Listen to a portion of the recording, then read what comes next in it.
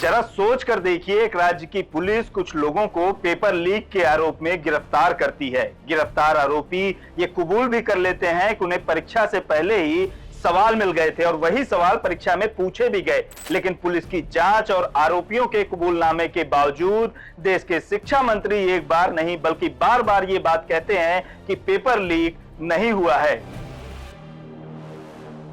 तो सवाल ये उठता है कि आखिर कितने सबूत चाहिए।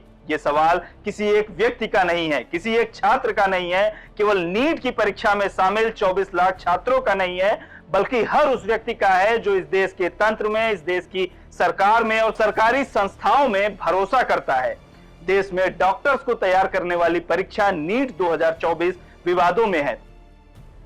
5 मई को हुई परीक्षा में धांधली के आरोप लग रहे हैं, पेपर लीक होने की बात कही जा रही है, जिसे सरकार लगातार खारिज करती आ रही है। लेकिन तमाम सरकारी दावों के बावजूद इस तरह के तथ्य सामने आ रहे हैं जो सीधे सीधे पेपर लीक होने की ओर इशारा कर रहे हैं।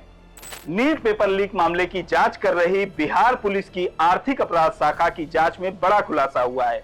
गिरफ्तार छात्र अनुराग यादव ने कबूल किया है कि उसके पास पहले ही पेपर आ गया था। उसके फूफा सिकंदर यादवेंद्र ने उसे पेपर मुहैया कराया था। बिहार सरकार में इंजीनियर सिकंदर यादवेंद्र ने भतीजे अनुराग को कोटा से पटना बुला लिया था, जहां अनुराग को पेपर रटाया गया और परीक्षा में हूबहू वही प्रश्न पूछे गए जो उसे रटाया गया था।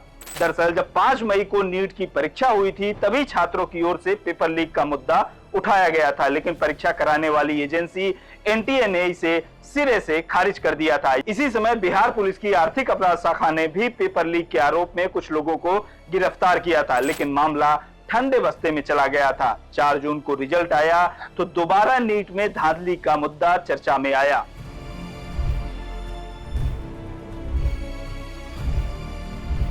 एक नहीं बल्कि कई सारी गड़बड़ियां सामने आई। मामला सुप्रीम कोर्ट तक पहुंचा। पहले ग्रेस मार्क्स और फिर पेपर लीक की परत दर परत खुलती गई।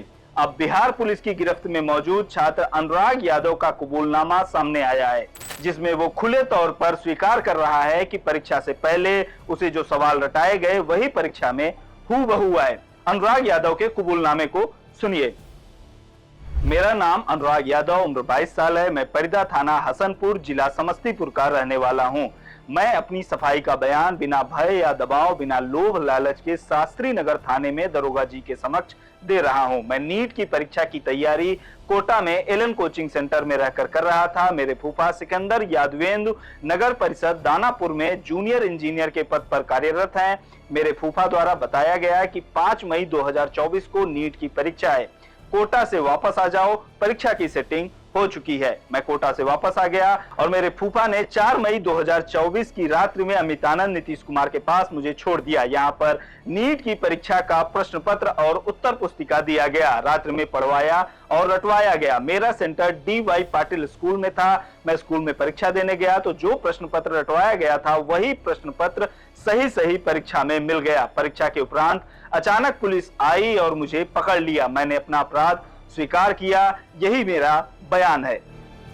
पटना के शास्त्री नगर थाने में दर्ज इस बयान के नीचे अनुराग यादव के हस्ताक्षर हैं, साथ ही दरोगा तेज नारायण के भी, जिनके सामने ये बयान दर्ज हुआ। इस बयान पर बिहार की राजनीति में भी बयानबाजी खूब चल रही है। बिहार सरकार में उप मुख्यमंत्री विजय सिन्हा ने सिकंदर यादवेंद्र को तेजस्वी यादव और लालू यादव का करीबी बताया है। साथ ही आरोप लगाया है कि जिस सरकारी गेस्ट हाउस में 4 मई यानी परीक्षा से पहले वाली रात को छात्रों के रुकने की व्यवस्था की गई, उसके बिल बुक में जिस मंत्री जी का उल्लेख है वो तेजस्वी यादव ही हैं। जबकि राजद का दावा है कि सिकंदर सत्ताधारी पार्टी का करीबी है। सिकंदर प्रसाद यादवेंद्र बिहार के दानापुर नगर परिषद में जूनियर इंजीनियर है। सिकंदर प्रसाद ने पुलिस को बताया है कि उसने अनुराग समेत 4 छात्रों को पेपर उपलब्ध कराया था।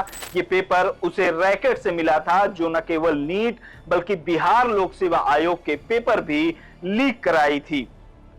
फिलहाल अनुराग यादव के बयान की कॉपी सोशल मीडिया पर वायरल है और सवाल ये पूछा जा रहा है कि जब पुलिस की गिरफ्त में मौजूद छात्र खुद पेपर लीक की बात कबूल कर रहा है तो फिर केंद्रीय शिक्षा मंत्री धर्मेंद्र प्रधान कैसे ये दावा कर रहे हैं कि पेपर लीक नहीं हुआ है।